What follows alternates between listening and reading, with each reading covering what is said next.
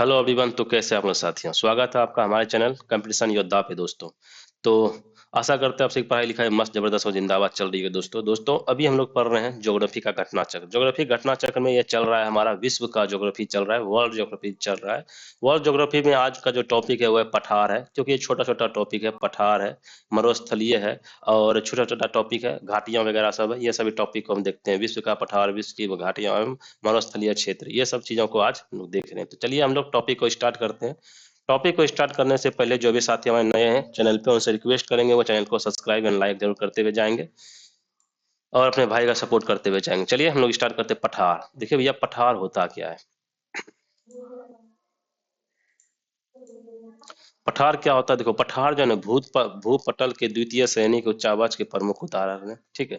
पठार ऊंचाई की दृष्टि से पर्वतों के बाद और क्षेत्रीय विस्तार की दृष्टि से मैदान के बाद का अपना पहला स्थान है। पठार क्या होता है दोस्त, एक उच्च, जैसे पृथ्वी एक तल से ऊंचा हो जाता है, ऊंचा जो बहुत ज्यादा ऊंचा हो जाएगा, जिसकी नुकीला चोट हो जाएगा वो हो जाएगा पर्वत। ठीक है। जिसका ऊंचा का चोटी जो सपाट रहेगा वो हो जाएगा क्या, आपको पठार। तो पठार क्या होता है, सपाट भूमि वाला क्षेत्र होता है। ठीक है। तो ठीक है, चलिए आगे बढ़ते हैं। समस्त भूपटल के लगभग 33% भाग पर यह पठार का विस्तार है। ठीक है।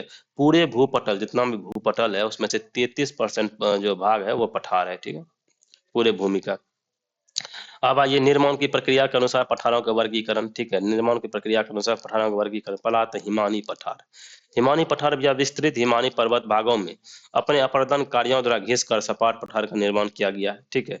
उसका अंटार्कटिका तथा ग्रीनलैंड में हिमानियों ने अपर्दन द्वारा अनेक विस्तृत पठारों का निर्माण किया है। देखो भैया हिमानी पठार क्या होता है, विस्तृत हिमानी, जो बड़ा बड़ा हिमानी पर्वत होता है उसके भागों को अपर्दन कार्य के द्वारा घिसकर सपाट करके पठार का निर्माण करके, मान के पठार अति पहाड़ है। ठीक है। हिमानी पर्वतीय, पर्वतीय क्या करेंगे, अपर्दन करवाएंगे, घिसवाएंगे, घिस घिस घिस के क्या करेंगे, प्लेन करा देंगे। प्लेन जब वो प्लेन हो जाएगा तो क्या होगा, वो रहने लायक क्षेत्र हो जाएगा। और जब प्लेन हो जाएगा उसे क्या कहते हैं, पठार क्षेत्र कहते हैं। ठीक है। तो अंटार्कटिका तथा ग्रीनलैंड में हिमानियों के अपर्दन द्वारा अनेक विस्तृत पठारों का निर्माण किया गया है। ठीक है। हिमानी निक्षेपण द्वारा भी हिमानी पठार का निर्माण होता है। तो हिमानी निक्षेपण, हिमानी निक्षेपण के द्वारा भी हम लोग हिमानी पठार का निर्माण होता है। ठीक है। तो जर्मनी में जर्मनी में प्रसिया का जो पठार है, जर्मनी में प्रसिया का पठार कहाँ है दोस्त, जर्मनी में। जर्मनी में प्रसिया का पठार हिमानी निक्षेप द्वारा ही बना हुआ है। भारत में कश्मीर के प्रांत में मर्ग की रचना हिमानी हिमोर द्वारा ही हुआ है। ठीक है। भारत में जो कश्मीर प्रांत में मर्ग है उसका जो रचना हुआ है हिमानी हिमोर के द्वारा हुआ है। जर्मनी का जो प्रसिया का पठार है वो हिमानी निक्षेप के द्वारा ही बना हुआ है। ठीक है। चलिए अब आते हैं जलाकृत पठार। भैया जलाकृत पठार क्या होता है, देखो जलीय पठार का निर्माण नदी द्वारा निक्षेप या पृथ्वी के लंबवत संचलन के कारण उत्सावना, ऊपर उठना, दोनों क्रियाओं के द्वारा होता है। ठीक है। सिंपल सा बात, जलीय पठार का निर्माण क्या होता है कि जब कोई भी अगर पर्वत का हम लोग जल के द्वारा जब निक्षेप होने लगता है, जल के द्वारा जब अपर्दन होने लगता है, मान को जल बाहर आए, जल बाहर आए उसके ऊपर, तो जल क्या करेगा, जो पहाड़ को हल्का हल्का तोड़ते हुए जाएगा, हल्का हल्के पठार उसके पत्थर के रूप में तोड़ तोड़ के उसको आगे बढ़ाते जाएगा। एक समय ऐसा आएगा कि उसको तोड़ कर सपाट कर देगा। जब वो सपाट कर देगा तो क्या होगा, जलाकृत पठार बन जाएगा। ठीक है।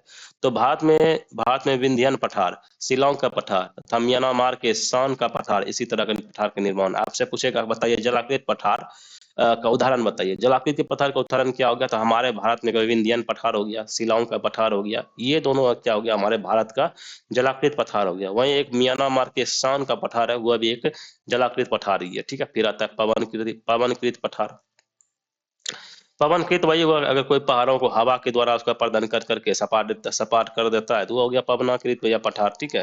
ये पाकिस्तान का पोटवर पठार और चीन का लोयस का पठार क्या होते हैं, इसके प्रमुख उदाहरण होते हैं। पाकिस्तान का पोटवर पठार और चीन का जो लोयस पठार होता है वो आपका पवनकृत पठार का उदाहरण हो गया। फिर आता है अंतरा पर्वतीय पठार, ये क्या होता है, चलिए हम लोग देखते हैं। भूपटल के सर्वोच्च, सर्वाधिक विस्तृत तथा जटिल पठार इस श्रेणी में आते हैं। चारों तरफ से पर्वतों से घिरे होने के कारण इन पठारों को अंतरा पर्वतीय पठार कहा जाता है। ठीक है। तिब्बत का पठार किंगहाई तिब्बत पठार के नाम से भी जाना जाता है। तिब्बत पठार के पश्चिमी एवं उत्तरी तथा दक्षिण पूर्वी लद्दाख के भाग को चांगतांग पठार कहते हैं। ठीक है। इसका कुल क्षेत्रफल लगभग 2.5 मिलियन वर्ग किलोमीटर तथा औसत ऊंचाई लगभग 4500 मीटर से अधिक होती है। तिब्बत का पठार विश्व का सबसे ऊंचा पठार है। तिब्बत का पठार कितना, विश्व का सबसे ऊंचा पठार है, ये अंतरा पर्वतीय पठार का अच्छा उदाहरण है। ठीक है। संसार की छत जिसे पामीर का पठार कहा जाता है, मध्य एशिया की भी दक्षिण सीमा पामीर पठार द्वारा निर्धारित होती है। ठीक है। दक्षिण अमेरिका का बोलिविया, पेरू पठार का कोलंबिया पठार था, मेक्सिको का पठार इसी पठार का उदाहरण है। ठीक है। नोट, संसार का छत बताया आपसे पूछे, संसार का छत किसे कहते हैं, रूफ ऑफ वर्ल्ड पर टर्म सर्वप्रथम पामीर के पठार के लिए प्रयुक्त किया गया है, परंतु अब यह पद तिब्बत के पठार के लिए भी प्रयुक्त होने लगा है। ठीक है। पामीर का पठार पहले क्या कहते हैं हम लोग, संसार की छत कहते थे एक पामीर के पठार को। ठीक है। लेकिन अब ये वर्ड जो है तिब्बत के पठार के लिए भी यूज हो रहा है। ठीक है। एक बार इस चीज को हम लोग देख लेते हैं, देखने में क्या होता है। अंतरा पर्वतीय पठार क्या था, भूपटल के सर्वोच्च सर्वाधिक विस्तृत जटिल पठार क्या होते हैं, सब श्रेणी में आते हैं। चारों तरफ पर्वतों से घिरा होने के कारण इन पठारों में क्या होता है, अंतरा पर्वतीय पठार कहा जाता है। इसे क्यों कहते हैं अंतरा पर्वतीय, क्योंकि ये चारों तरफ पर्वतों से घिरा होता है। ठीक है। तिब्बत का पठार क्या हुआ, किंगहई, तिब्बत को किंगहई तिब्बत पठार के नाम से भी जानते हैं। तिब्बत पठार के पश्चिम और उत्तर दक्षिण पूर्वी लद्दाख भाग में चांगतांग पठार कहते हैं। तिब्बत के पठार को आसपास के लतीन क्या कहते हैं, चांगतांग पठार कहते हैं। इसका क्षेत्रफल कितना है, 2.5 मिलियन वर्ग किलोमीटर है। इसकी ऊंचाई कितनी है, 4500 मीटर से भी अधिक है। तिब्बत का पठार विश्व का क्या है, सबसे ऊंचा पठार है। आपसे पूछेगा विश्व का सबसे ऊंचा पठार कौन सा है भैया, बोले आगे तिब्बत का पठार। ठीक है।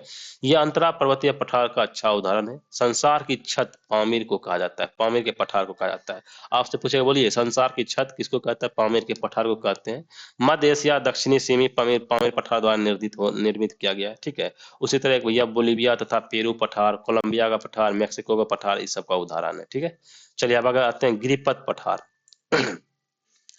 पर्वतों के आधार पर स्थित पठारों को भी गिरिपथ पठार कहा जाते हैं। पर्वतों के आधार पर स्थित पठारों को क्या कहते हैं, गिरिपथ पठार कहा जाता है। संयुक्त राज्य अमेरिका के भी पिंड माउंट पठार था। दक्षिण अमेरिका के पेंटागोनिया का पठार गिरिपथ पठार के सर्वोत्तम उदाहरण है। ठीक है। दक्षिण अमेरिका में खनिजों का भंडार पेंटागोनिया पठार को कहा जाता है। ठीक है। दक्षिण अमेरिका में खनिजों का भंडार का पेंटागोनिया पठार को कहा जाता है। ठीक है। चलिए आगे बढ़ते हैं, अब आते हैं क्वेश्चन की ओर। हम लोग डिस्कशन कर लिए। क्वेश्चन कहते हैं तिब्बत के पठार की समुद्र तल से औसत ऊंचाई कितनी है, क्या वो 2 किलोमीटर है, 3 किलोमीटर है, 4 किलोमीटर है या 5 किलोमीटर है। तो आंसर क्या होगा इसका, 5 किलोमीटर जो है ना समुद्र तल से ऊंचाई है। 4500 मीटर है। ठीक है। उसके तो किसके करीब हो जाएगा, तो 4500 हो जाएगा, 5 किलोमीटर के करीब हो जाएगा। ठीक है। चलिए क्षेत्रफल के दृष्टि से कितना होगा, 2.5 मिलियन वर्ग किलोमीटर होगा। ठीक है। चलिए तिब्बत के पठार को किंगई तिब्बत भी कहा जाता है। ठीक है। इसके आसपास के क्षेत्रों में चांगतांग भी कहते हैं। नेक्स्ट आता है दक्षिण अमेरिका में खनिजों का भंडार जो क्षेत्र है वह है, बताइए दक्षिण अमेरिका में खनिजों का भंडार किस क्षेत्र में है, ब्राजील का पठार में, बोलिविया का पठार में, पेंटागोनिया का पठार में, ओरिनिको के बेसिन में। बताइए कहाँ पे, ये होगा पेंटागोनिया के पठार में कहते हैं, खनिजों का भी पठार कहा जाता है। ठीक है। पेंटागोनिया का पठार कहाँ पे है, तो दक्षिण अमेरिका में है। ठीक है। पठार पर स्थित नगर, आप बताइए भैया पठार पर स्थित नगर कौन सा है, बुखारेस्ट है, मैड्रिड है या भैया जामनगर है या सिंगापुर है। ये जो मैड्रिड हो गया ना, मैड्रिड का आंसर होगा, ये पठार पे स्थित नगर है। ठीक है। पठार पे स्थित यह नगर है। ठीक है। मेसेटा के पठार पे ये जो ना भैया ये भाग आपको देखने को मिलेगा। ठीक है। चलिए आगे बढ़ते हैं।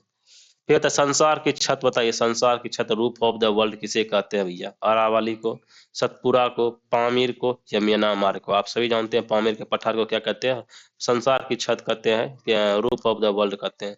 संसार की छत पामीर पठार को कहा जाता है। मध्य एशिया की भी दक्षिण सीमा पामीर पठार द्वारा निर्धारित की जाती है।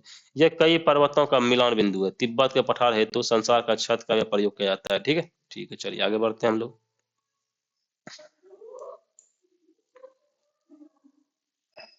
अच्छा, यहाँ पे कुछ पठार के नाम भी दिए गए थे ना, हम लोगों ने इसको देखे ही नहीं। चलिए क्षमा चाहते हैं, इसको भी थोड़ा देख लेते हैं।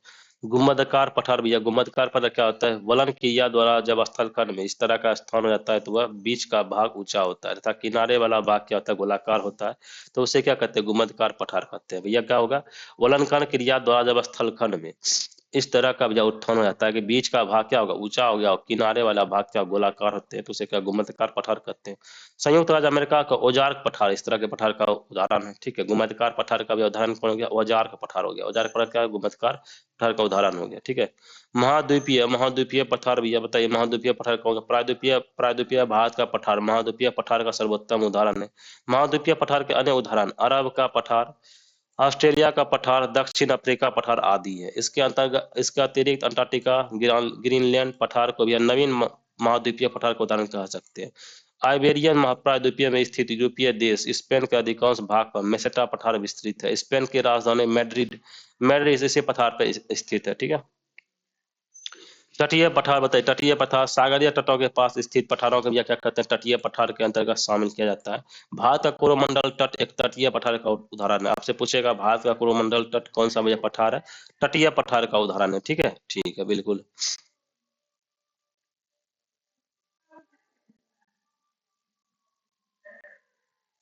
फिर आता है ज्वालामुखी पठार। क्या होता है, देखो ज्वालामुखी, ज्वालामुखी के दरारी उद्गार के कारण निर्मित पठार को क्या कहते हैं हम लोग, भैया सिंपल सा बात है, ज्वालामुखी है, ज्वालामुखी के दरारी उद्गार के कारण जो पठार का निर्माण होगा उसे क्या कहते हैं, ज्वालामुखी पठार कहेंगे। जैसे न्यूजीलैंड, दक्षिण अफ्रीका, उत्तरी तथा दक्षिणी अर्जेंटीना, ब्राजील, पश्चिमी पश्चिमी संयुक्त राज्य अमेरिका, फ्रांस, मेक्सिको तथा साइबेरिया, साइबेरिया में ऐसे पठार मिलेंगे आपको। संयुक्त राज्य अमेरिका में भैया कोलंबिया का पठार जो होगा आपको, कोलंबिया का पठार था प्रायद्वीपीय पठार का पठार जो है लावा पठार का उदाहरण है। ठीक है, चलिए आते हैं विश्व के प्रमुख पठार और उनकी स्थिति। विश्व के प्रमुख पठार और उनकी स्थिति बताइए। पठार का नाम है यहाँ पे, यहाँ उसकी स्थिति मुख्यतः है। कोलंबिया का पठार कहाँ पे है दोस्त, कोलंबिया का पठार कहाँ गया, संयुक्त राज्य अमेरिका में कोलंबिया का पठार मिलेगा। दक्कन का पठार कहाँ हो जाएगा, दक्षिणी भारत में दक्कन का पठार मिलेगा। दक्कन का पठार कहाँ मिलेगा, तब यह दक्षिणी भारत में दक्कन का पठार मिलेगा। ठीक है, दक्कन का पठार कहाँ है, दक्षिणी भारत में। मेडागास्कर का पठार कहाँ होगा, तो मेडागास्कर द्वीप में होगा। ईरान का पठार कहाँ होगा, तो ईरान में होगा। तिब्बत का पठार कहाँ होगा, तो भैया हिमालय के उत्तर एवं क्यूनिकल पर्वतों के दक्षिण में होगा। ठीक है। मैक्सिको का पठार कहाँ है, तो मैक्सिको का पठार मैक्सिको में है। ब्राजील का पठार कहाँ है, तो भैया ब्राजील का पठार दक्षिण अमेरिका तथा मध्य पूर्वी भाग में है। कोलोरेडो का पठार कहाँ है, तो भैया एरिजोन, न्यू मैक्सिको, कोलोरेडो, यूटा राज्य में है। ठीक है। ऑस्ट्रेलिया का पठार कहाँ है, तो ऑस्ट्रेलिया का पठार ऑस्ट्रेलिया के पश्चिमी भाग में है। मेसेटा का पठार कहाँ है, तो भैया मेसेटा का पठार कहाँ हो जाएगा, स्पेन, साइबेरियन महाद्वीप होगा। मंगोलिया का पठार कहाँ, मंगोलिया का पठार मंगोलिया चीन में है। चीन था रूस में भी इसका तो कुछ क्षेत्र है। ग्रेट बेसिन का पठार बताइए। ग्रेट बेसिन का पठार आपका होगा कोलंबिया नदी एवं कोलोराडो नदी के मध्य में होगा। बोलेविया का पठार कहाँ होगा आपका, बोलेविया के एंडीज पर्वतमाला में होगा। ठीक है। ग्रेट बेसिन कहाँ था भैया, कोलंबिया नदी एवं कोलोराडो नदी के मध्य होगा। ठीक है। चियापास का पठार बताइए। चियापास का पठार कहाँ होगा, मेक्सिको में चियापास का पठार होगा। अबिसिनिया का पठार बताइए। अबिसिनिया का पठार आपको होगा इथोपिया तथा इरिट्रिया में। इथोपिया तथा इरिट्रिया में आपको क्या होगा, अबिसिनिया का पठार देखने को मिलेगा। ठीक है। अरब का पठार बताइए। अरब का पठार को दक्षिण पश्चिम एशिया में दिखेगा। अनातोलिया का पठार को तुर्की में दिखेगा। ठीक है, तुर्की में आपको अनातोलिया का पठार। ठीक है, एक बार रिवीजन कर ले, रिवीजन कर लीजिए। बताइए, कोलंबिया का पठार संयुक्त राज्य अमेरिका में, दक्कन का पठार हमारे भारत दक्षिण भारत में, मेडागास्कर का पठार मेडागास्कर द्वीप में, ईरान का पठार ईरान में, तिब्बत का पठार हिमालय के उत्तर एवं क्यूनल पर्वत के पश्चिम दक्षिण में। मैक्सिको का पठार कहाँ है, तो भैया मैक्सिको का पठार मैक्सिको में हो जाएगा। ब्राजील का पठार दक्षिण अमेरिका के मध्य पूर्वी भाग में ब्राजील का पठार आ गया। कोलोरेडो का पठार बताइए। कोलोरेडो का पठार कहाँ होगा, अरिजोन, न्यू मैक्सिको, कोलोरेडो, यूटा राज्य में होगा। ठीक है। ऑस्ट्रेलिया का पठार, ऑस्ट्रेलिया का पठार होगा ऑस्ट्रेलिया के पश्चिमी भाग में। मेसोटा का पठार बताइए। मेसोटा का पठार होगा स्पेन में। मेसोटा का पठार कौन गया, स्पेन में होगा, आइबेरियन प्रायद्वीप में। मंगोलिया का पठार कौन गया, मंगोलिया चीन या रूस में। ग्रेट बेसिन का पठार कौन, कोलंबिया नदी और कोलोराडो नदी के मध्य में होगा। बोलेविया का पठार कौन होगा, बोलेविया एंडीज पर्वतमाला के क्षेत्र में। चियापास का पठार कौन, मैक्सिको में हो जाएगा। अबिसिनिया का पठार इथियोपिया या इरिट्रिया में होगा। अरब का पठार दक्षिण पश्चिम एशिया में, और एनातोलिया का पठार तुर्की में होगा। ठीक है। चलिए अब आते हैं हम लोग क्वेश्चन की ओर। क्वेश्चन में है, निम्नलिखित में से कौन सा सबसे बड़ी पठार है, बताइए कौन है सबसे बड़ी पठार। कोकोनिनो, एक्वेरियस, कोलोराडो, कोलंबिया। बताइए कौन हो जाएगा, कोलोराडो है सबसे बड़ा पठार हो गया। ठीक है। देखिए कोकोनिनिया का जो क्षेत्रफल है वो 5000 वर्ग किलोमीटर है। एक्वेरियस का भैया कहता है 900 वर्ग किलोमीटर है। कोलोराडो का कितना हो गया, 15,000 1,50,580 वर्ग किलोमीटर होगा। कोलंबिया कितना होगा, 1,05,633 वर्ग मील है। ठीक है। ये सभी क्या होगा भैया, आपको सबसे बड़ी पठार कौन हो गया, कोलोराडो, कोलोराडो का पठार हो गया। ठीक है। आता है भैया ऐसे सबसे ऊंचा पठार कहाँ है, विश्व का सबसे बड़ा पठार कौन सा हो गया, तिब्बत का पठार हो गया। ठीक है। टेलीग्राफ पठार हिस्सा है, बताइए टेलीग्राफिक पठार हिस्सा है किसका, उत्तर अटलांटिक कटक का, दक्षिण अटलांटिक कटक का, फिर हिंद महासागर कटक का। ये हो जाएगा उत्तर अटलांटिक कटक का भैया का टेलीग्राफ पठार हिस्सा। ठीक है। टेलीग्राफ पठार वस्तुतः एक हाइड्रोग्राफिक मिथिक है। 19वीं शताब्दी के मध्य में अमेरिकी समुद्री विज्ञान मैथ्यू पोर्टन मोरी ने समुद्री गहराइयों का चार्ट तैयार करने के दौरान यह नोट किया कि उत्तरी अटलांटिक महासागर में मध्य भाग उथला हुआ है, जिसे उसने भैया समुद्री टेलीग्राफ केबल बिछाने के लिए उपयुक्त मानते हुए टेलीग्राफिक पठार का नाम दे दिया गया। ठीक है, इसके अनुसार यह पठार अटलांटिक महासागर के न्यू फाउंडेशन आयरलैंड तक विस्तारित है। वर्ष 1925-27 के दौरान जर्मनी का अनुसंधान पोर्ट मीटिओर द्वारा संग्रहित आंकड़ों के आधार पर वैज्ञानिकों ने यह माना कि वास्तव में यह पठार एक शतक कटक है जो कि अटलांटिक महासागर बेसिन से आगे का विस्तार है। बाद में अध्ययन के आधार पर इसे मध्य अटलांटिक कटक का नाम भी दिया गया। ठीक है, आपसे पूछेगा मध्य अटलांटिक कटक किसका नाम दिया गया, तो आप क्या बोलिएगा भैया, बताया टेलीग्राफ पठार का नाम मध्य अटलांटिक कटक दिया गया। ठीक है, मध्य अटलांटिक कटक के उत्तरी भाग को डॉल्फिन कटक के नाम से भी जाना जाता है। ठीक है, जो कि उत्तर से एक विस्तृत पठार के रूप में है। ठीक है, इस प्रकार टेलीग्राफिक कटक को भी मध्य अटलांटिक कटक के उत्तरी भाग अर्थात उत्तरी अटलांटिक कटक का हिस्सा माना जाता है। ठीक है, चलिए अब चलते हैं नेक्स्ट क्वेश्चन की ओर। बोलता है निम्नलिखित में से भैया कौन सा समूहन सही नहीं है, बताइए। टेलीग्राफ का पठार कहाँ, हिंद महासागर में है। अभी जस्ट हम लोग पढ़े भैया टेलीग्राफ का पठार मध्य अटलांटिक क्षेत्र में है, इसलिए इसका मध्य अटलांटिक कटक भी कहते हैं इसको। तो पहला एक गलत हो जाएगा कि समूह नहीं है, तो भैया यही हो जाएगा इसका। ठीक है, क्वेश्चन के अनुसार। बाकी कोको कटक कहाँ आ जाएगा, प्रशांत महासागर में आपको कोको कटक देखने को मिलेगा। वेलिबस कटक कहाँ, अंध महासागर में। और अग्लुहास बेसिन कहाँ मिलेगा, अग्लुहास बेसिन आपको हिंद महासागर में मिलेगा। ठीक है, अग्लुहास बेसिन हिंद महासागर में, और वेलिबियस कटल अंध महासागर में, और कोको प्रशांत महासागर में। ठीक है, चलिए आइए आते हैं। चलिए लास्ट था। ठीक है, टेलीग्राफ पठार कहाँ मिलेगा आपको, अटलांटिक महासागर में मिलेगा। ठीक है, कोको कटक प्रशांत महासागर में, वेलिबियस कटक अटलांटिक महासागर में, अल्गोहास बेसिन हिंद महासागर में। ठीक है, अब आते हैं घाटी के बारे में। देखो भैया घाटी क्या होता है, घाटी क्या, दो ऊंचे ऊंचे पर्वतों के बीच के जो भाग होता है उसे घाटी कहते हैं। ठीक है, धरातल पे मैदान, पठार एवं पर्वतों के बीच भू हलचल, नदियों एवं हिमानी द्वारा निर्मित अवतलित स्थानों को घाटी कहा जाता है। ठीक है, सिंपल सा बात है, धरातल पे जो मैदान हुआ, पठार पे, पर्वतों के बीच जो भू हलचल होता है ना, यह नदी एवं हिमानी के द्वारा जो अवतलित स्थलों को क्या कहते हैं, अवतलित स्थान जो होता है उसे हम घाटी कहते हैं। सिंपल सा बात है। आता है रिक्त घाटी। रिक्त घाटी का विकास तब होता है जब दो भ्रंश रेखाओं के बीच का या चट्टानी स्तंभ नीचे की ओर धंस जाती है।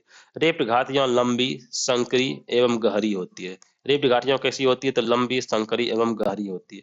संयुक्त राज्य अमेरिका में कैलिफोर्निया में स्थित मृतक घाटी, ठीक है, जिसे कहते हैं डेथ वैली भी कहता है, एक रिक्त घाटी का उदाहरण है। ठीक है, शैतान का गोल्फ कोर्स नाम से प्रसिद्ध मृत्यु की घाटी संयुक्त राज्य अमेरिका में उत्तरी मोजवे रेगिस्तान में और डेथ वैली का नेशनल पार्क में स्थित है। ठीक है, क्या बोलते हैं बोलते हैं कैलिफोर्निया में स्थित मृतक घाटी भी एक रिक्त घाटी का उदाहरण है। ठीक है, मृतक घाटी किसका उदाहरण है भैया, रिक्त घाटी का उदाहरण है। शैतान का गोल्फ कोर्स, ठीक है, डेविल ऑफ गोल्फ कोर्स नाम से प्रसिद्ध मृत्यु की घाटी संयुक्त राज्य अमेरिका में उत्तरी मोजवे रेगिस्तान में डेथ वैली नेशनल पार्क में स्थित है। ठीक है, मृत्यु की घाटी की तली पर नमक का बड़ा ढेर है। ठीक है, मृतक घाटी संयुक्त राज्य अमेरिका का सबसे निम्नतम तथा पश्चिमी गोलार्ध में अर्जेंटीना के लागुना डेल कार्बन के द्वारा दूसरा निम्नतम स्थान है। ठीक है, गर्मियों के दिनों में यहाँ का तापमान कितना होगा, 52.8 डिग्री सेल्सियस से 56.7 डिग्री सेल्सियस तक पहुंच गया। ठीक है, यह संयुक्त राज्य अमेरिका की सबसे गर्म एवं शुष्कतम घाटी है। इससे अत्यधिक उष्णता के लिए जाना जाता है। ठीक है, 10 जुलाई 2013 ईस्वी को Francis creek death valley California में 56.7 डिग्री वायु का तापमान रिकॉर्ड किया गया। डेथ वैली में अभी तक कैलिफोर्निया में कितना डिग्री का तापमान रिकॉर्ड किया गया, 56.7 डिग्री सेल्सियस का। ठीक है, जो कि अब तक का सर्वाधिक अत्यधिक रिकॉर्ड किया गया तापमान है। ठीक है, इसलिए इसको डेथ वैली कहते हैं भैया। पंचशीर घाटी देखो भैया, पंचशीर घाटी जो है उत्तर पूर्वी अफगानिस्तान में भैया काबुल में क्षेत्र में स्थित है। कौन, पंचशीर घाटी कहाँ मिलेगा आपको, अफगानिस्तान के काबुल में। ठीक है, पंचशीर नदी भैया, पंचशीर नदी इस घाटी से होकर गुजरती है। सोवियत युद्ध के समय यह घाटी मुख्य युद्ध स्थल थी। आपसे पूछेगा बताइए सोवियत युद्ध के समय कौन से घाटी मुख्य युद्ध स्थल था, तो आप बोलिएगा पंचशीर नदी घाटी। ठीक है, पंचशीर नदी से होकर गुजरी गई है। आइए आगे बढ़ते हैं भैया। अंटार्कटिका स्थित टेलर घाटी। अंटार्कटिका स्थित टेलर घाटी के भैया खोज किसने किया था, रॉबर्ट फाल्कन स्कॉट ने किया था 1903 ईस्वी में। इन्होंने इसे मृत्यु की घाटी भी का संज्ञा दी थी भैया। इसका रॉबर्ट फाल्कन स्कॉट ने इसका खोज किया था, इन्होंने क्या मृत्यु की घाटी इसका नाम दिया। विश्व का प्रमुख घाटियों का स्थिति इस प्रकार है, बताइए। लोअर घाटी कहाँ है भैया, लोअर घाटी की स्थिति कहाँ, फ्रांस में है। ठीक है, घाटियां कहाँ है, सेक्रेट घाटी है, अवस्थिति कहाँ है, पेरू में अवस्थिति है। ठीक, फिर आता है बादा घाटी। बादा घाटी कहाँ है, इंडोनेशिया में बादा घाटी है। ठीक है, घाटी सॉरी है कहाँ पे भैया, इंडोनेशिया में। उसके बाद आता है फिर चुंबी घाटी कहाँ पे, चुंबी घाटी हो जाएगा वो भारत और भूटान में। भारत और भूटान में कौन हो जाएगा भैया, एवं तिब्बत की सीमा पे चुंबी घाटी होगा, ठीक है। सिकरेट घाटी कहाँ, पेरू में। लॉयर घाटी कहाँ, फ्रांस में। चितवन घाटी कहाँ होगा बताइए, चितवन घाटी हमारे नेपाल में, ठीक है। चितवन घाटी कहाँ पड़ता है दोस्त, नेपाल में। काठमांडू भैया, काठमांडू घाटी तो नेपाल ही में, क्योंकि नेपाल की राजधानी काठमांडू है। चितवन घाटी भी कहाँ, नेपाल में, और काठमांडू घाटी में नेपाल में। बादा घाटी इंडोनेशिया में। हमारे भारत का भैया चुंबी घाटी आ जाएगा, ठीक है। ये आगे बढ़ते हैं हम लोग। पियत्ता बताइए, रेविड घाटी कहाँ गया, रेविड घाटी संयुक्त राज्य अमेरिका में। स्वाति घाटी पाकिस्तान में। स्वात घाटी कहाँ होगा दोस्त, पाकिस्तान में। ब्लैकवुड घाटी कहाँ होगा, ऑस्ट्रेलिया में ब्लैकवुड घाटी होगा। किंग घाटी कहाँ होगा, तो ऑस्ट्रेलिया में आपको किंग घाटी मिलेगा, ठीक है। हम्बर घाटी कहाँ मिलेगा, कनाडा में आपको हम्बर घाटी मिलेगा। वोल्गन घाटी कहाँ मिलेगा, ऑस्ट्रेलिया में आपको क्या मिलेगा, वोल्गन घाटी मिलेगा, ठीक है। प्लीजेंट घाटी संयुक्त राज्य अमेरिका में आपको प्लीजेंट घाटी मिलेगा। ग्रैंड घाटी कहाँ मिलेगा, ग्रैंड घाटी आपको मिलेगा संयुक्त राज्य अमेरिका में, ठीक है। पो घाटी कहाँ मिलेगा, पो घाटी इटली में आपको पो घाटी मिलेगा। एब्रो घाटी कहाँ मिलेगा, स्पेन में आपको क्या मिलेगा, ओब्रो घाटी मिलेगा। सिलिकॉन वैली, सिलिकॉन वैली संयुक्त राज्य अमेरिका के उत्तरी कैलिफोर्निया में सैन फ्रांसिस्को खाड़ी के दक्षिणी भाग पर स्थित है। इसे बृहत्तम स्तर पर कंप्यूटर चिप के उत्पादन क्षेत्र के रूप में जाना जाता है। आपसे पूछेगा कंप्यूटर चिप के उत्पादन के क्षेत्र के रूप में किसे हम लोग जानते हैं, तो सिलिकॉन वैली को जानते हैं, सिलिकॉन वैली। सिलिकॉन वैली है कहाँ पे दोस्त, ये अमेरिका के उत्तरी कैलिफोर्निया में स्थित है, ठीक है। फिर आता है ग्रेट आर्टिजन बेसिन, बताइए ग्रेट आर्टिजन बेसिन भैया ऑस्ट्रेलिया के शुष्क एवं अर्ध शुष्क क्षेत्रों में ग्रेट डिवाइडिंग रेंज एवं मध्यवर्ती उच्च भूमि के मध्य विस्तृत विश्व का बृहत्तम भूमिगत जल बेसिन में से एक है। ये तो भैया क्या कहते हैं, ग्रेट डिवाइडिंग रेंज, ठीक है। ग्रेट ग्रेट आर्टिजन बेसिन कहाँ मिलेगा, ये आपको ऑस्ट्रेलिया में देखने को मिलेगा, ठीक है। एक भूमिगत जल बेसिन में से एक है, ठीक है। यहाँ पे ऑस्ट्रेलिया का लगभग 1.5 भाग पर फैली हुई है बृहद बेसिन। बताइए बृहद बेसिन कहाँ मिलेगा आपको, संयुक्त राज्य अमेरिका में मिलेगा। ये विशाल ग्रेट बेसिन मनोस्थल से स्थित एक जल विभाजक है जो कि रॉकी पर्वत पे स्थित है, ठीक है। फिर आता है सियारा नेवदा के बीच स्थित है, यह कहाँ पे, सियारा नेवदा के बीच में कौन सा बृहद बेसिन स्थित है, कोलंबिया का पठार। इससे उत्तर में था मोजेम्बिक एवं सोलोमन मरुस्थल के दक्षिणी भाग पर विस्तृत है। राजाओं की घाटी भी इसे कहते हैं, ठीक है। यह वादी ए मुल्क मिस्र में भैया नील की नदी के पश्चिमी किनारे पर स्थित है, ठीक है। वादी ए मुल्क मिस्र में नील के नदी पश्चिमी किनारे पर स्थित है। फिर आता है कास्ट प्रवेश में, जब नदी 1 बिलियन छिद्र पर समाप्त हो जाता है तब यह स्थिति, जब एक लंबे समय तक रहती है तो भैया तो सिंह के ऊपर नदी घाटी अपनी घाटी कास्ट मैदान से अधिक नीचे कर लेती है, ठीक है। इस अवस्था को हम लोग क्या, इस अवस्था में नदी घाटी अंततः 1 बिलियन छिद्र हो जाता है। और इस घाटी के भैया औंधी घाटी भी कहते हैं। आपसे पूछेगा औंधी घाटी किसे कहते हैं, ठीक है। औंधी घाटी भैया किसे कहते हैं।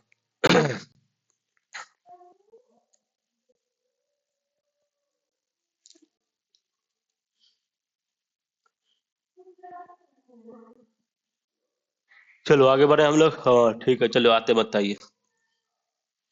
हाँ हम लोग कहाँ थे भैया, तो कहाँ थे भैया, कहाँ थे हम लोग, यहाँ थे ना, औंधी घाटी बोल रहे थे। औंधी घाटी किसे कहते हैं, देखो भैया औंधी घाटी हम लोग कहते हैं कास्ट प्रदेश में भैया बिलियन छिद्र पर समाप्त हो जाती है। देखो ये क्या कहते हैं, राजाओं की घाटी को क्या कहते हैं, अथी भी कहते हैं, औंधी घाटी भी कहते हैं, ठीक है।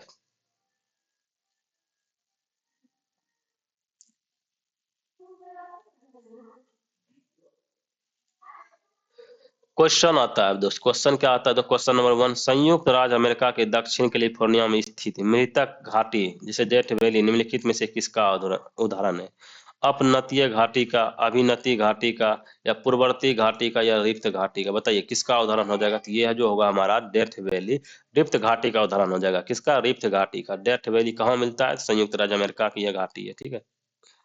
आइए हम लोग आते हैं नेक्स्ट, आगे बढ़ते हैं। आगे में क्या होता है, शैतान का गोल्फ कोर्स, शैतान का गोल्फ कोर्स या डेविस गोल्फ कोर्स नाम से प्रसिद्ध मृत्यु की घाटी डेथ वैली स्थित है। बताइए कहाँ पे, यूएसए में, चिली में, साइबेरिया में, अफगानिस्तान। अभी जस्ट हम लोग पढ़े कहाँ, यूएसए में, ठीक है। शैतान का गोल्फ या डेथ वैली, डेथ वैली भैया कहाँ होगी, तो भैया डेथ वैली घाटी आपको अमेरिका में देखने को मिलेगा। उसके बाद आगे बढ़िए, मृतक घाटी जानी जाती है भैया ये इसकी अत्यधिक उष्णता के कारण, अत्यधिक ठंड के कारण, असामान्य गहराई के कारण, अत्यधिक लवणता के कारण। इसे हम लोग मृतक घाटी क्यों कहते हैं, क्योंकि यहाँ का तापमान बहुत ही अधिक हो जाता है, 56.7 डिग्री सेल्सियस के करीब इसको पिछले बार हो गया था, ठीक है। तो चलिए इसीलिए अत्यधिक या उष्णता के कारण। संयुक्त राज्य अमेरिका में डेथ वैली अवस्थित है, बताइए कहाँ पे, अलास्का राज्य में, अलास्का राज्य में, कैलिफोर्निया राज्य में, मैदान राज्य में, सॉरी मैन राज्य में, या भैया अटलांटा राज्य में। तो इसका कैलिफोर्निया, कैलिफोर्निया राज्य में ये आपको डेथ वैली देखने को मिलेगा, ठीक है। पंचशील घाटी अवस्थित है, बताइए कहाँ पे, पंचशील घाटी आपको स्थित मिलेगा मिस्र में, ईरान में, अफगानिस्तान में या तुर्की में। तो पंचशील घाटी कब मिलेगा? अफगानिस्तान में, ठीक है, अफगानिस्तान पे, अफगानिस्तान में भी पंचशील घाटी मिलेगा, पंचशील नदी से होकर गुजरती है ये। फिर आता है संयुक्त राज्य अमेरिका में, संयुक्त राज्य अमेरिका में सिलिकॉन वैली अवस्थित है, बताइए कहाँ पे? कोलोराडो में, कैलिफोर्निया में, न्यू जर्सी में, फ्लोरिडा में। कैलिफोर्निया में ही आपको सिलिकॉन वैली भी कहते हैं। इसे कंप्यूटर चिप यहाँ पे बहुत अधिक निर्माण होता है यहाँ पे, ठीक है। चलिए आगे बढ़ते हैं हम लोग। अब बता टेलर घाटी अवस्थित है, बताइए टेलर घाटी कहाँ अवस्थित है? टेलर घाटी कहाँ अवस्थित है दोस्त?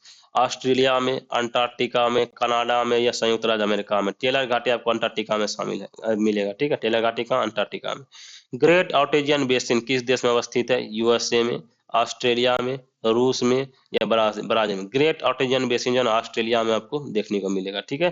ग्रेट ऑर्टेजियन बेसिन ऑस्ट्रेलिया के शुष्क एवं अर्धशुष्क क्षेत्रों में भैया ग्रेट डिवाइडिंग रेंज और मध्यवर्ती उच्च भूमि के मध्य विस्तृत विश्व का बृहत्तम भूमिगत जल बेसिन में से एक है, ठीक है। अब आइए बृहत बेसिन अवस्थित है, बताइए कहाँ पे? बृहत बेसिन कहाँ? यूएसए में अवस्थित है, चीन में अवस्थित है, ऑस्ट्रेलिया में अवस्थित है या दक्षिण अफ्रीका में? आंसर मारिए। यूएसए में बृहत बेसिन आपको अवस्थित मिलेगा, ठीक है। राजाओं के घाटी अवस्थित है, बताइए कहाँ पे? हम सभी ने पढ़े थे भैया, राजाओं की घाटी आपको मिस्र में देखने को मिलेगा। कौन होगा? मिस्र में। इसका आंसर क्या होगा? मिस्र होगा। नाइजीरिया नहीं होगा, यूनान भी नहीं होगा, तुर्की भी नहीं होगा। आंसर क्या होगा? मिस्र। तो राजाओं के घाटी वैली ऑफ किंग या वाल्दी ए मुल्क मिस्र के नील घाटी के पश्चिमी किनारे पर स्थित है। फिर आता है औंधी घाटी कहाँ पाया जाता है दोस्त, बताइए। औंधी घाटी भैया कहाँ पाया जाएगा? औंधी घाटी आपको बताए थे कास्ट प्रदेश में पाया जाता है, ठीक है। औंधी घाटी कहाँ पाया जाएगा दोस्त? कास्ट प्रदेश में पाया जाता है। इसका आंसर एक होगा। ना इस शुष्क प्रदेश में नहीं होगा। शुष्क प्रदेश में कौन हो जाएगा? गर्मीला क्षेत्र होगा, डेथ वैली। हिमालयकृत प्रदेश भी नहीं होगा, टुंड्रा प्रदेश भी नहीं होगा। आंसर होगा कास्ट प्रदेश, ठीक है। क्या होगा? ए नंबर, कास्ट प्रदेश।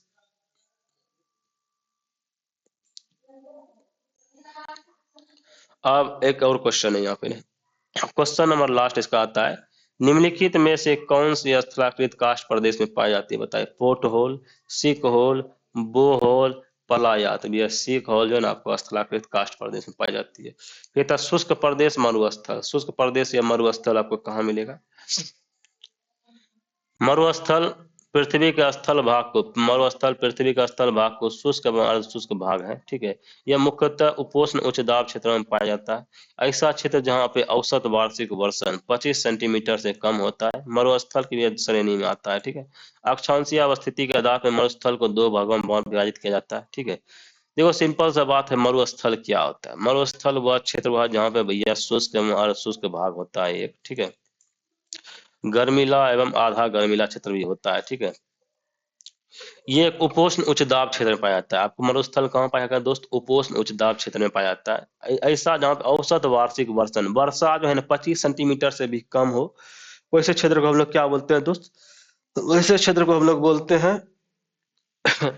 मरुस्थल क्षेत्र, ठीक है। यहाँ पे वर्षा बहुत ही कम की मात्रा में होता है। चलिए मरुस्थल के भैया श्रेणी में आते हैं। चलिए आगे अब हम लोग बढ़ते हैं भैया। देखो मरुस्थल को हम दो भागों में विभाजित किए, एक उष्ण कटिबंधीय मरुस्थल, दूसरा हुआ है शीतोष्ण कटिबंधीय मरुस्थल, ठीक है। उष्ण कटिबंधीय मरुस्थल प्रायः महाद्वीपों के पश्चिम में 15 डिग्री से 30 डिग्री उत्तर या दक्षिणी अक्षांश के मध्य में व्यापारिक पवन पट्टी में पाए जाते हैं।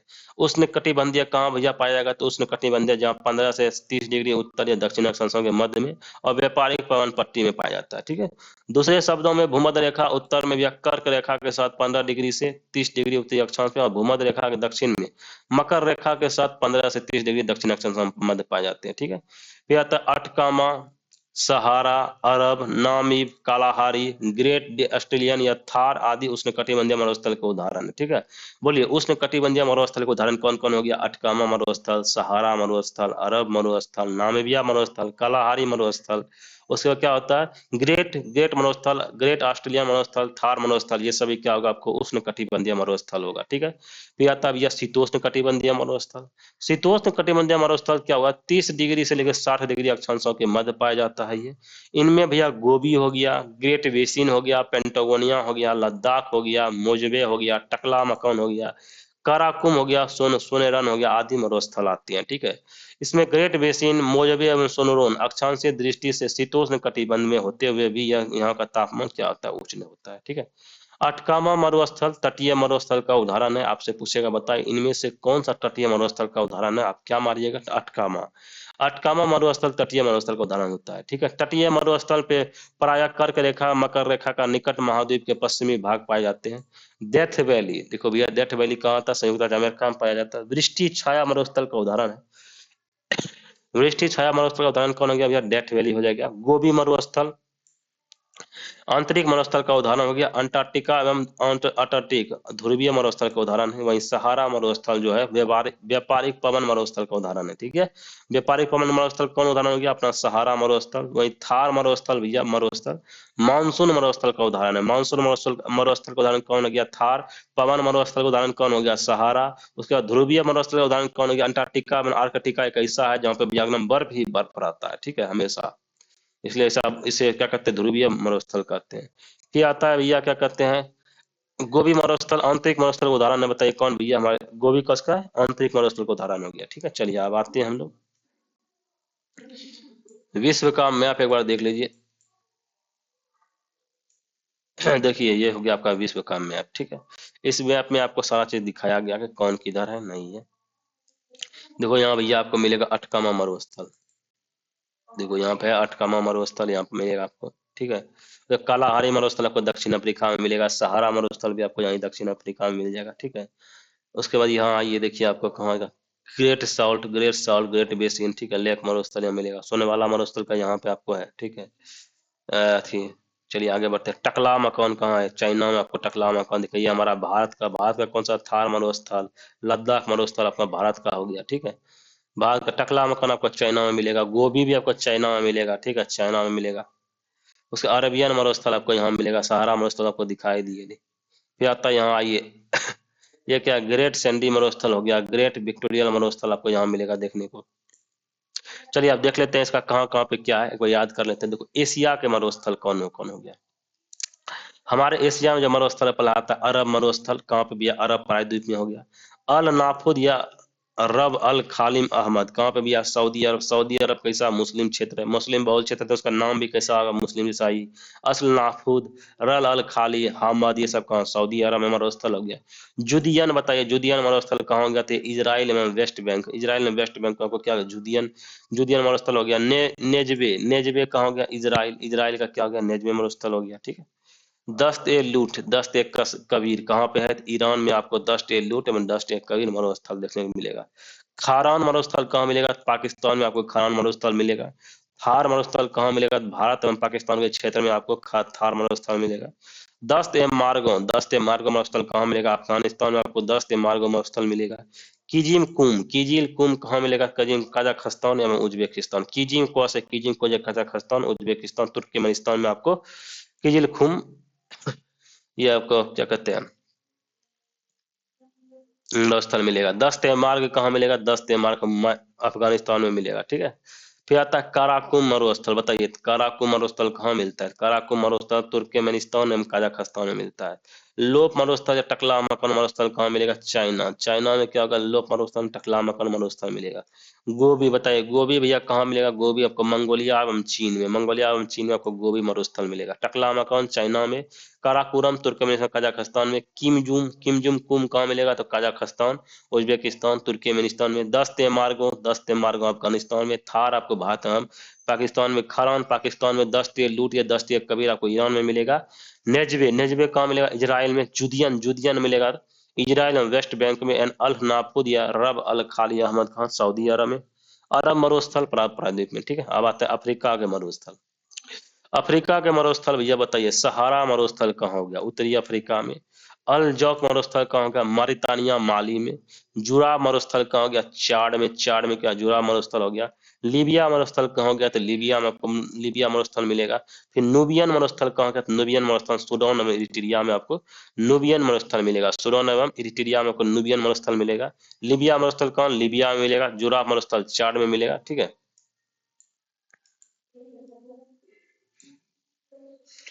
अगर ये बयूदा मरुस्थल कहाँ मिलेगा, सूडान में आपको बयूदा मरुस्थल मिलेगा। बयूदा सूडान में मिलेगा, ठीक है। कालाहारी कहाँ होगा, बोत्सवाना नामीबिया एवं दक्षिण अफ्रीका में आपको क्या मिलेगा, कालाहारी मरुस्थल मिलेगा। नामीब मरुस्थल कहाँ मिलेगा, नामीबिया में मिलेगा, ठीक है। था। अब आता है भैया उत्तरी अमेरिका के मरुस्थल। ठीक है, उत्तरी अमेरिका का मरुस्थल क्या हो गया? जनता का लोकतंत्र है, जनता का लोकतंत्र कहा गया है। ये जनता का, जनता को, जनता के लिए के शासन है। यहाँ पे कोई भी राजा, ये किसने कहा था? Martin Luther king. चलो आगे बढ़ते हैं। उत्तरी अमेरिका के मरुस्थल, उत्तरी अमेरिका का मरुस्थल भैया कहाँ पे है भैया? थॉमसन पठार कहाँ पे है? कनाडा में मिलेगा देखने के लिए भैया। मोजवे, मोजवे मरुस्थल कहाँ मिलेगा? संयुक्त राज्य अमेरिका में आपको क्या मिलेगा? मोजवे मरुस्थल मिलेगा। ठीक है, मोजवे मरुस्थल संयुक्त राज्य अमेरिका में मिलेगा। सोनरोन, सोनोरन भैया मरुस्थल कहाँ मिलेगा? संयुक्त राज्य अमेरिका, मैक्सिको में भैया आपको सोनरोन मरुस्थल मिलेगा। कोलोराडो मरुस्थल कहाँ मिलेगा? संयुक्त राज्य अमेरिका में कोलोराडो मरुस्थल मिलेगा। रेड डेजर्ट कहाँ मिलेगा? रेड डेजर्ट संयुक्त राज्य अमेरिका में आपको रेड डेजर्ट मिलेगा। ग्रेट बेसिन या ब्लैक रॉक डेथ वैली कहाँ मिलेगा? संयुक्त राज्य अमेरिका में आपको great basin, black rock death valley मिलेगा। चिहुआहुआ कहाँ मिलेगा? मैक्सिको, संयुक्त राज्य अमेरिका में क्या चिहुआहुआ मरुस्थल मिलेगा। ठीक है, थॉमसन मरो पठार कहाँ मिलेगा? कनाडा में। मोजवे भैया पठार कहाँ मिलेगा? मोजवे मरुस्थल, सॉरी, मोजवे मरुस्थल कहाँ? संयुक्त राज्य अमेरिका में। सोनोरा मरुस्थल कहाँ होगा? संयुक्त राज्य अमेरिका प्लस मैक्सिको में। कोलोराडो मरुस्थल संयुक्त राज्य अमेरिका में। रेड डेजर्ट कहाँ मिलेगा? संयुक्त राज्य अमेरिका में। ग्रेट बेसिन कहाँ होगा? संयुक्त राज्य अमेरिका में। चिहुआहुआ मैक्सिको, संयुक्त राज्य अमेरिका में। दक्षिणी अफ्रीका के मरुस्थल, दक्षिणी अमेरिका के मरुस्थल, दक्षिणी अमेरिका का मरुस्थल है अटकामा मरुस्थल कहाँ मिलेगा? अटकामा मिलेगा चिली एवं पेरू में अटकामा मरुस्थल मिलेगा। पेंटागोनिया मरुस्थल कहाँ हो गया? अर्जेंटीना एवं चिली में, अर्जेंटीना एवं चिली में मिलेगा। सेचुरा मरुस्थल कहाँ मिलेगा? सेचुरा मरुस्थल आपको पेरू में मिलेगा, पेरू का सेचुरा मरुस्थल मिलेगा। ठीक है, चलिए अब आइए ग्रेट विक्टोरिया मरुस्थल है भैया। ग्रेट विक्टोरिया मरुस्थल कहाँ मिलेगा आपको? पश्चिमी ऑस्ट्रेलिया में ग्रेट विक्टोरिया मिलेगा। ग्रेट संडी कहाँ मिलेगा? ये भी आपको ऑस्ट्रेलिया का मरुस्थल है। तनामी मरुस्थल कहाँ मिलेगा? उत्तरी प्रांत या पश्चिमी ऑस्ट्रेलिया में। सिम्पसन मरुस्थल कहाँ मिलेगा तो भैया? क्वींसलैंड ऑस्ट्रेलिया में, क्वींसलैंड ऑस्ट्रेलिया में। ठीक है, दक्षिणी ऑस्ट्रेलिया। गिब्सन, गिब्सन मिलेगा पश्चिमी ऑस्ट्रेलिया में। वही लिटिल सैंडी कहाँ मिलेगा? लिटिल सैंडी मिलेगा पश्चिमी ऑस्ट्रेलिया में। ठीक है, सेंट्रल लेकी मिलेगा क्वींसलैंड एवं न्यू साउथ वेल्स में। ठीक है, अब आता है ध्रुवीय क्षेत्र में। एक होगा अंटार्कटिका मरुस्थल जो विश्व का सबसे बड़ा मरुस्थल है। एक होता है आर्टिका मरुस्थल जो विश्व का दूसरा सबसे बड़ा मरुस्थल है। ठीक है, तो ये सभी आपका हो गया मरुस्थल के बारे में। चलिए अब हम लोग पढ़ते हैं, सीधा इसका क्वेश्चन की ओर जाते हैं। क्वेश्चन में क्या कहता है दोस्त, ये देखते हैं हम लोग। क्वेश्चन आता है, पहला क्वेश्चन कहता है नीचे दिए गए कथन, नीचे दिए गए दो कथन दिए गए, एक कथन को ए और दूसरे कथन को आर के रूप में दिया गया है। ठीक है, विश्व का अधिकांश उष्ण मरुस्थल 15 डिग्री से 30 डिग्री उत्तर एवं दक्षिणी अक्षांश के मध्य महाद्वीपों के पश्चिम किनारे पर स्थित है। व्यापारिक पवनें जैसे जैसे पश्चिम की ओर जाती है उसका नमी और आर्द्रता कमी हो जाती है। क्या ये बात सही है? बिल्कुल, ए और आर दोनों सही है, एक दूसरे का व्याख्या भी करता है। क्योंकि विश्व का अधिकांश उष्ण मरुस्थल 15 से 30 डिग्री उत्तरी एवं दक्षिणी अक्षांश के मध्य महाद्वीप के पश्चिमी किनारे पर स्थित है। ठीक है, वही व्यापारिक पवनें जैसे जैसे पश्चिम की ओर जाती है उसका नमी और आर्द्रता में कमी हो जाता है। ठीक है, तो आंसर ये सही हो जाएगा। फिर आता है मरुस्थल शाश्वत ऊर्जा उत्पादन के प्रभावकारी स्रोत। मरुस्थल शाश्वत ऊर्जा उत्पादन के प्रभावकारी स्रोत हो सकते हैं। क्या यह बात सही है? जितनी ऊर्जा मानव जाति एक वर्ष में उपभोग करती है उससे अधिक ऊर्जा मरुस्थल 6 घंटों में सूर्य से प्राप्त कर लेता है। क्या यह बात सही है? दोनों भैया, मरुस्थल शाश्वत ऊर्जा उत्पादन का प्रभावकारी स्रोत हो सकता है। जितनी ऊर्जा मानव जाति एक वर्ष में उपभोग करती है उससे अधिक ऊर्जा मरुस्थल 6 घंटों में सूर्य से प्राप्त कर लेता है। यह भी बात सही है। ठीक है, तो भैया डॉक्टर वैज्ञानिक डॉक्टर गोडहाई नाइस के अनुसार मानव जाति जितनी ऊर्जा एक वर्ष में उपभोग करती है ना उससे अधिक ऊर्जा विश्व के मरुस्थल मात्र 6 घंटों में प्राप्त कर लेते हैं। अतः मरुस्थल एवं सतत ऊर्जा उत्पादन के प्रभावकारी स्रोत हो सकते हैं। ठीक है, आगे बढ़ते हैं भैया। मरुस्थल परिभाषित किया जाता है उस क्षेत्र के रूप में जहां पे भैया तापमान 42 डिग्री सेंटीमीटर से अधिक होता है, जहां कोई पादप नहीं पाया जाता, जहां पे वार्षिक वर्षा 25 डिग्री से कम होती है। तो आंसर क्या होगा? जहां पे वार्षिक वर्षा 25 सेंटीमीटर से कम होती है उससे हम लोग क्या मरुस्थल को क्या कहते हैं? हम लोग उसे कहते हैं हम लोग मरुस्थल क्षेत्र कहते हैं। ठीक है, आगे बढ़ते हैं हम लोग। पृथ्वी पर मरुभूमि होने का संभावना अधिक रहती है, बताइए कहाँ पे? शून्य अक्षांश के आसपास, 23 डिग्री अक्षांश के आसपास, 50 डिग्री अक्षांश के आसपास, 70 डिग्री अक्षांश के आसपास। देखो भैया, पृथ्वी का मरुभूमि होने का संभावना जो है ना 23 डिग्री अक्षांश के आसपास होता है, क्योंकि यहाँ पे बहुत ही गर्मीला क्षेत्र होता है। ठीक है, यहाँ पे वर्षा था बहुत ही कम की मात्रा में देखने को मिलेगा आपको। पृथ्वी पे भैया उष्ण कटिबंधीय मरुस्थल जलवायु का विस्तार 15 डिग्री से 30 डिग्री अक्षांशों के बीच होता है। ठीक है, उष्ण शुष्क मरुस्थल जलवायु का विस्तार। वहीं पृथ्वी पर मरुस्थल बनने के 4 प्रमुख भौगोलिक स्थिति है। पहला है 30 डिग्री अक्षांश के आसपास उच्च वायु दाब का पाया जाना।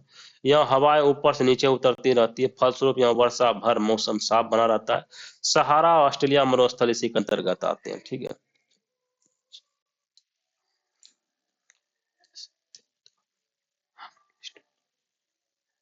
फिर महाद्वीप के पश्चिमी तट के मरुस्थल 20 से 30 डिग्री अक्षांशों के बीच मिलते हैं। ठीक है, तो ये सब हो गया। वहीं पर्वतों के व्यावृष्टि छाया के क्षेत्र में स्थित मरुस्थल में उत्तरी अमेरिका का मरुस्थल डेथ वैली आता है। ठीक है, वहीं पेंटागोनिया मरुस्थल अर्जेंटीना और पेरेगोनिया मरुस्थल प्रमुख है।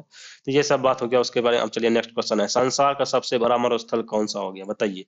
कालाहारी, गोबी, सहारा या थार? ये जो दक्षिण अफ्रीका का यह सहारा मरुस्थल होता है, अफ्रीका का सहारा मरुस्थल होता है, इस संसार का सबसे बड़ा मरुस्थल है। ठीक है, सहारा मरुस्थल विश्व का सबसे बड़ा उत्तर ध्रुवीय मरुस्थल है। यह संसार का सबसे बड़ा उष्ण मरुस्थल है। ठीक है, उत्तरी अफ्रीका में पाया जाता है दोस्त, ना कि दक्षिण अफ्रीका में, क्षमा चाहते हैं।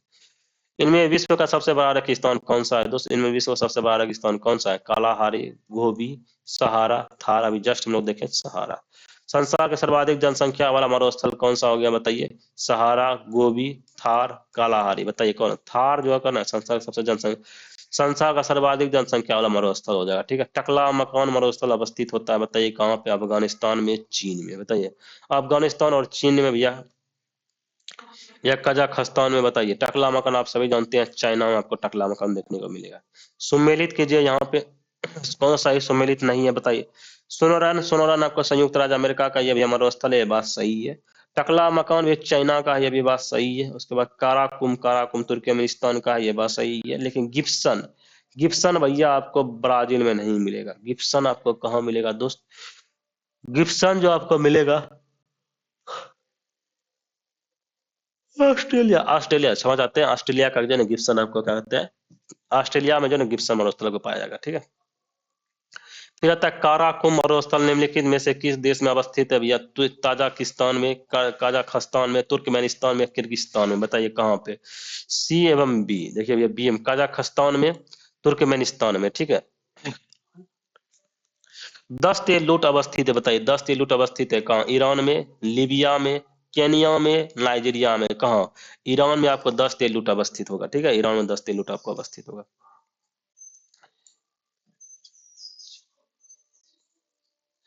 गोबी मरुस्थल किस देश में स्थित है दोस्त? मैक्सिको में, सोमालिया में, मंगोलिया में, या मिस्र में? मंगोलिया पे गोबी मरुस्थल आपको मिलेगा। ठीक, दक्षिण एशिया का सबसे बड़ा मरुस्थल कौन सा हो गया बताइए? दक्षिण एशिया का अटकामा है, कोलोराडो है, या भैया कालाहारी है? तो आप सभी मारिए थार। थार भैया दक्षिण एशिया का सबसे बड़ा आपको क्या कहते हैं मरुस्थल मिलेगा, जैसे ग्रेट इंडियन डेजर्ट भी नाम से भी जानते हैं। दक्षिण एशिया का सबसे बड़ा मरुस्थल है, यह पश्चिमी भारत और पूर्वी पाकिस्तान में भी फैला हुआ है। ठीक है, अब आते हैं निम्नलिखित में से कौन सा कथन अटकामा के बारे में सही नहीं है? बताइए अटकामा के बारे में कौन सा कथन सही नहीं है? यह दक्षिण अमेरिका का एक मरुस्थल है, यह बात तो बिल्कुल सही है। यह संसार का सबसे बड़ा शुष्क मरुस्थल है, यह भी बात सही है। यह दक्षिण चिली में अवस्थित है ना भैया, यह दक्षिण चिली में अवस्थित नहीं है दोस्त। ठीक है, इसमें नाइट्रेट के प्रचुर मात्रा, यह भी बात सही है। लेकिन बोलता है कौन सही नहीं है, तो सी नंबर सही नहीं है। ठीक है, अटकामा मरुस्थल दक्षिण अमेरिका में अवस्थित संसार का सबसे शुष्क मरुस्थल है। यह पृथ्वी का सर्वाधिक शुष्क क्षेत्र है। ठीक है, इसमें सोडियम नाइट्रेट, तांबा और अन्य खनिजों के विशाल भंडार है। यह मरुस्थल दक्षिणी चिली में नहीं बल्कि उत्तरी चिली एवं पेरू में विस्तारित है। ठीक है, अटकामा रेगिस्तान कहाँ पे है बताइए? अटकामा रेगिस्तान कहाँ पे है? एशिया में है, दक्षिण अफ्रीका में है, अफ्रीका में है, उत्तरी अमेरिका में? देखो भैया, दक्षिण अमेरिका में आपको क्या अटकामा रेगिस्तान मिलेगा। ठीक है, पृथ्वी का सर्वाधिक शुष्क क्षेत्र कहाँ पे? अरब का मरुस्थल में, अटकामा का मरुस्थल में, गोबी मरुस्थल में, या थार मरुस्थल में? अटकामा मरुस्थल में क्या होगा? पृथ्वी का सर्वाधिक शुष्क क्षेत्र मिलेगा। पृथ्वी का सर्वाधिक शुष्क क्षेत्र में मिलेगा अटकामा मरुस्थल में। ठीक है,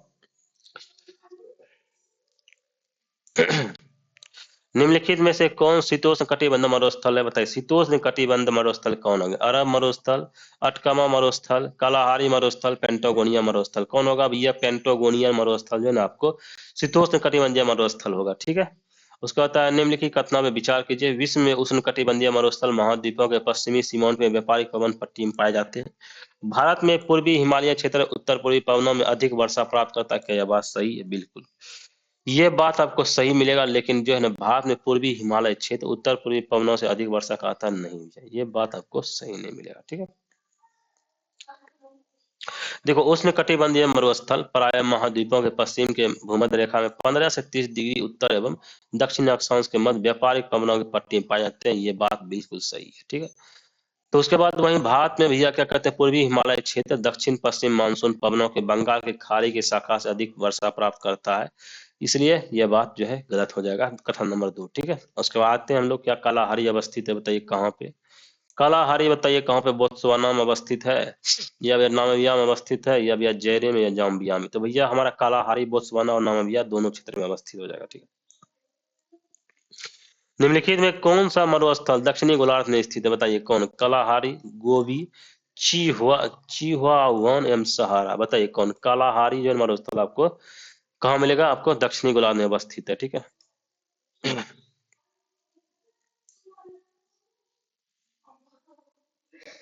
लगता है अब ये भी हमारा मरुस्थल भी खत्म हो गया, ठीक है। घास का मैदान है, घास का मैदान कभी खींच दें क्या, चलिए खींच देते हैं।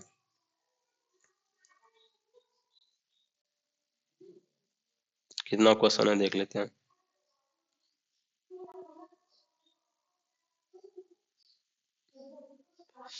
चलिए घास का मैदान भी छोटा सा टॉपिक है, 15 का क्वेश्चन ही है, इसको भी पढ़ ही लेते हैं हम लोग, ठीक है। देखो घास का मैदान, ठीक है, घास का मैदान जो है ना भूमध्य रेखीय क्षेत्र से लेकर ध्रुवीय क्षेत्र तक पाया जाता है। भूमध्य रेखा में ध्रुवियों तक जाने पर घास की प्रकृति में क्या अंतर आ जाता है। इस आधार पर विश्व का घास के मैदान को दो भागों में बांटा गया। पहला एक उष्णकटिबंधीय घास का मैदान, यह घास के मैदान भूमध्य रेखा प्रदेश से उत्तर दक्षिण में 10 डिग्री से 25 डिग्री अक्षांशों के बीच विस्तीर्ण है। जो सवाना घास का मैदान क्या हो गया, उष्णकटिबंधीय घास का मैदान है, जो उष्णकटिबंधीय वर्षा वनों मरुस्थलीय बायोम के बीच लहरदार बिखरे घास मैदान के रूप में पाई जाती है। इनमें बीचों बीच में भी झाड़ियां, कहीं कहीं भी पेड़ भी निकले रहते हैं। सवाना घास का मैदान मुख्यतः पूर्वी अफ्रीका में भी फैले हैं। इसके अतिरिक्त ओरिनिको बेसिन हो गया,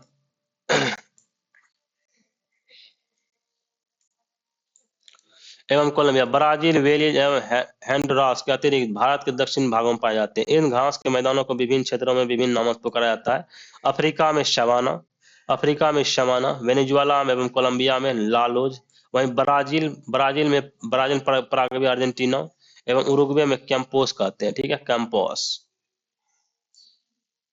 ब्राजील, पराग्वे, अर्जेंटीना और उरुग्वे में क्या कहते हैं, इसे कैंपोस कहते हैं। पूरी दुनिया में उष्णकटिबंधीय सवाना प्रदेश प्रत्येक 1000 वर्ष बड़े जानवरों को शिकार के द्वारा मारा जाता है, इसलिए इस प्रदेश को भी बड़े शिकारों का भूमि भी कहा जाता है। अब आता है यह शीतोष्ण कटिबंधीय घास का मैदान। यह घास का मैदान लगभग 30 डिग्री से 45 डिग्री अक्षांशों के मध्यवर्ती भाग में पाए जाते हैं। उत्तरी गोलार्ध में यह इसकी स्थलीय विस्तार अधिक होने के कारण इन मैदानों का विस्तार कहीं पे भी 50 डिग्री उत्तरी अक्षांश तक भी पाया जाता है। इसके अतिरिक्त इसके प्रमुख उदाहरण कौन हो गया, जब प्रेयरी हो गया, prairie, pampas, weld, steppe, downs, ये सब किस टाइप का होगा, ये आपको शीतोष्ण कटिबंधीय घास का मैदान देखने को मिलता है, ठीक है। पेरी घास के मैदान को भैया मुख्यतः उत्तरी अमेरिका के विशाल मैदान में पाया जाता है। पंपास कहाँ भैया, पंपास घास का मैदान मुख्यतः दक्षिण अफ्रीका देश अर्जेंटीना में अवस्थित है पंपास, ठीक है। परंतु उरुग्वे एवं ब्राजील में भी इसे पंपास ही कहते हैं। यूरेशिया जैसे कहते हैं, मध्य एशिया एवं यूरोप के मिश्रण को हम लोग क्या कहते हैं, यूरेशिया कहते हैं। में पाया जाने वाला शीतोष्ण कटिबंधीय घास के मैदान को स्टेपीज कहते हैं। मध्य एशिया में क्या कहते हैं, दूसरे से स्टेपीज कहते हैं। दक्षिण अफ्रीका में शीतोष्ण कटिबंधीय घास के मैदान को क्या बोलते हैं, दक्षिण अफ्रीका में लोग वेल्स बोलते हैं, ठीक है, वेल्ड बोलते हैं शीतोष्ण घास के मैदान को। डाउन्स डाउन्स ऑस्ट्रेलिया में क्या कहते हैं भैया, डाउन्स का घास का मैदान कहते हैं, ठीक है। चलिए अब हम लोग इसका क्वेश्चन की ओर आते हैं, ठीक है। ये इसका भारत में मैप है, ठीक है, सॉरी विश्व का मैप में है। अब बताए यहाँ पे मिलान करने वाला दोस्त, ठीक है। स्टेपीज घास का मैदान कहाँ है, तो स्टेपीज घास का मैदान हम सभी जानते हैं।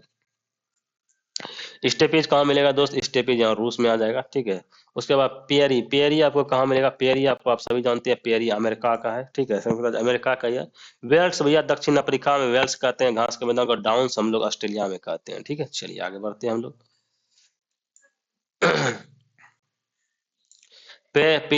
पेरिस को यह पता है कहाँ पे बोलते हैं, पहले पंपास जानते हैं, जो सब जानते हैं बोलता है, सॉरी क्षमा चाहते हैं। क्वेश्चन ने कहा निम्नलिखित में कौन एक सही सुमेलित नहीं है, बताइए कौन। पेरी कहाँ पाया जाएगा दोस्त, पेरी उत्तरी अमेरिका में पाया जाता है, ये बात बिल्कुल सही है। पंपास आपको दक्षिण अमेरिका में पाया जाएगा, ये भी बात, उत्तरी अमेरिका में पेरी, दक्षिण अमेरिका में पंपास, ठीक है। उसके बाद स्टेपीज कहाँ यूरोप में पाया जाता है, मध्य एशिया में, यूरोप के क्षेत्र में, ठीक है। वेल्ड कहाँ, ऑस्ट्रेलिया में नहीं भैया, वेल्ड आपको दक्षिण अफ्रीका में पाया जाएगा, ठीक है। फिर आता है लानोज। लानोज कहाँ बना रहेगा दोस्त? लानोज आपको पाया जाएगा दोस्त, आपको दक्षिण अमेरिका में लानोज पाया जाएगा, ठीक है, दक्षिण अमेरिका में। स्टेपीज, स्टेपीज आपको कहाँ पाया जाएगा दोस्त? स्टेपीज आपको पाया जाएगा यूरोप। यूरोप में क्या कहते हैं आपको? मध्य एशिया, यूरोप में स्टेपीज कहते हैं। पेरिस कहाँ होगा दोस्त? पेरिस आप सभी जानते हैं, यह उत्तरी अमेरिका में पेरी होगा। वेल्ड आपको कहाँ होगा? तो दक्षिण अफ्रीका में आपको क्या वेल्ड मिलेगा, ठीक है। क्या था? केनिया। बोलता है कौन सा जोड़ा सही है बताइए? केनिया। केनिया में कंपास कहते हैं? नहीं दोस्त, कंपास केनिया में नहीं कहते हैं, अर्जेंटीना में कंपास कहते हैं। अर्जेंटीना में पंपास कहते हैं, हाँ भैया, अर्जेंटीना में भैया सॉरी पंपास कहते हैं, कैंपास नहीं, क्षमा चाहते हैं, अर्जेंटीना में पंपास कहते हैं। वेनेजुएला में सवाना कहते हैं? नहीं भैया, वेनेजुएला में सवाना नहीं कहते हैं। संयुक्त राज्य अमेरिका में स्टेपीज नहीं, संयुक्त राज्य अमेरिका में स्टेपीज नहीं है। स्टेपीज आपको मध्य एशिया यूरोप में मिलेगा। वेनेजुएला में इसको क्या बोलते हैं? वेनेजुएला में इसको बोलते हैं, वेनेजुएला में इसको क्या बोलते हैं? वेनेजुएला में बोलते हैं, देखिए वेनेजुएला में क्या बोलते हैं भैया? वेनेजुएला में क्या बोलते हैं भूल गए, देखिए ध्यान से उतर गया। देखो भैया, कैंपास एंड कैंपोस ब्राजीलियन में उच्च भूमि क्षेत्र में पाया जाएगा। पंपास ऑफ अर्जेंटीना, ब्राजील में उरुग्वे। सवाना कहाँ मिलेगा? तो पूर्वी अफ्रीका में सवाना मिलेगा, केनिया में तंजाना के क्षेत्र में आता है, ठीक है, सवाना। स्टेपीज भैया मध्य पश्चिम रूस और मध्य एशिया में मिलेगा, ठीक है। वहीं सवाना का सर्वाधिक विस्तार कहाँ पे है भैया? सवाना का सर्वाधिक विस्तार अफ्रीका में है, एशिया में है, दक्षिण अमेरिका में या उत्तरी अमेरिका में। तो इसका आंसर क्या होगा दोस्त? सवाना का अफ्रीका में सर्वाधिक भैया इसका विस्तार है, ठीक है। सवाना घास का मैदान कहाँ हो गया? पूर्वी पूर्वी अफ्रीका में है, ठीक है। इसके अतिरिक्त कहाँ पे हो गया? वेनेजुएला। अच्छा, वेनेजुएला एवं कोलंबिया में सवेना है, ठीक है। इसका अतिरिक्त ओरिनिको बेसिन, वेनेजुएला एवं कोलंबिया, ब्राजील, बेलीज एवं हुंडुरुक के अतिरिक्त भारत के दक्षिण भागों में सवाना प्रकार के घास मैदान पाए जाते हैं, ठीक है। चलिए आगे बढ़ते हैं भैया। दक्षिण अमेरिका में मध्य अधिकांश घास का मैदान का क्या नाम है बताइए? दक्षिण अमेरिका में मध्य अक्षांशीय घास के मैदान का क्या नाम है? क्या उसे हम लोग प्रेरी कहते हैं? क्या हम लोग उसे पंपास कहते हैं? क्या उसे हम लोग वेल्ड कहते हैं? क्या हम लोग स्टेपीज? स्टेपीज मध्य एशिया में आता है, ठीक है। पेरी, पेरी भी आपको कहाँ मिलेगा दोस्त? पेरी आपको मिल जाएगा, आपको उत्तरी अमेरिका में मिलेगा, वहीं दक्षिण अफ्रीका में आपको पंपास मिलेगा, ठीक है। वेल्ड, वेल्ड आपको अफ्रीका में मिलेगा, ठीक है। दक्षिणी अमेरिका का चौरा वृक्ष रहित घास मैदान कहलाता है किसका? सेल्वा, पंपास, पेरी और स्टेपीज। तो दक्षिण अमेरिका में कौन पाएगा? पंपास। अर्जेंटीना में खेती के लिए पंपास का मैदान मुख्यतः क्षेत्र है, बताइए अर्जेंटीना में खेती के लिए पंपास मुख्यतः क्षेत्र है क्या चीज का? क्या अर्जेंटीना में खेती करने के लिए पंपास मुख्यतः क्षेत्र है? बिल्कुल, अर्जेंटीना में पंपास। पंपास के उपजाऊ मिट्टी, शीतोष्ण जलवायु, फसल एवं घास उगाने के लिए बहुत उपयोगी है। क्या यह बात सही है दोस्तों? बताइए, क्या यह बात सही है? तो भैया इसका आंसर हो जाएगा बिल्कुल, वो भी सही हो जाएगा, ठीक है। अर्जेंटीना की खेती के लिए पंपास का मुख्यतः मैदान कौन, मुख्यतः मैदान क्षेत्र है। पंपास की उपजाऊ मिट्टी, शीतोष्ण जलवायु, फसल, घास उगने के लिए बहुत उपयोगी है।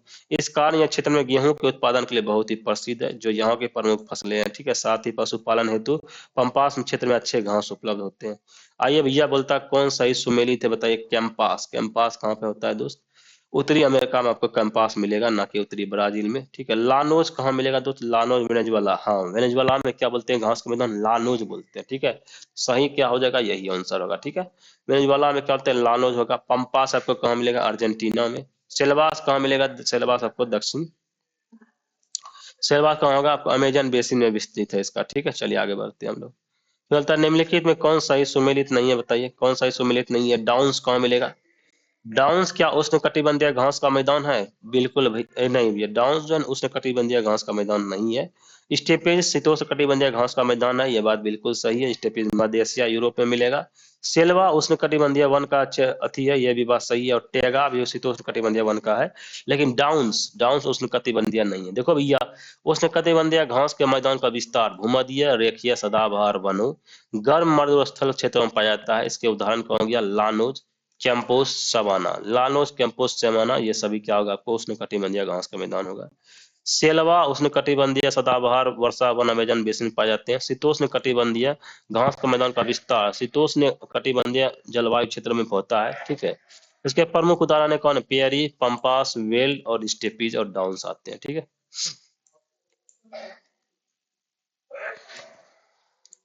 चलिए आगे बढ़ते हैं हम लोग। नेक्स्ट क्वेश्चन आता है निम्नलिखित में कौन भैया शीतोष्ण घास का मैदान नहीं है बताइए? पंपास, वेल्ड, डाउन्स या सवाना। देखो भैया, शीतोष्ण घास का मैदान अभी जस्ट में ऊपर है, pampas, downs, weld. Pampas, down well, ये तीनों क्या होगा? शीतोष्ण घास का मैदान होगा। वहीं हमारा सवाना, सवाना हमारा शीतोष्ण घास का मैदान नहीं होता है, ठीक है।